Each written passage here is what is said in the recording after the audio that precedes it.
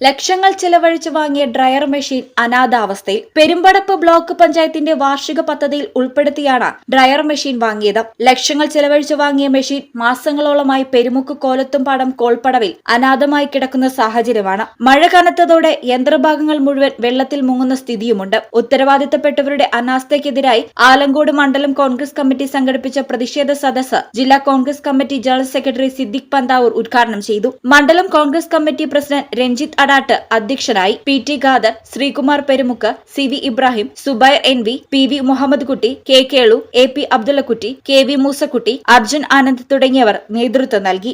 Versatile എന്ത് രസമുള്ള വാക്കാണല്ലേ. ഒരുപക്ഷെ ഓരോ ആക്ടറും കേൾക്കാൻ കൊതിക്കുന്ന വിശേഷം. ഓരോ സ്ക്രിപ്റ്റ് കേൾക്കുമ്പോഴും ഓരോ കഥാപാത്രത്തെ പരിഗണിക്കുമ്പോഴും എന്തായിരിക്കും ഞാൻ ആഗ്രഹിക്കുക?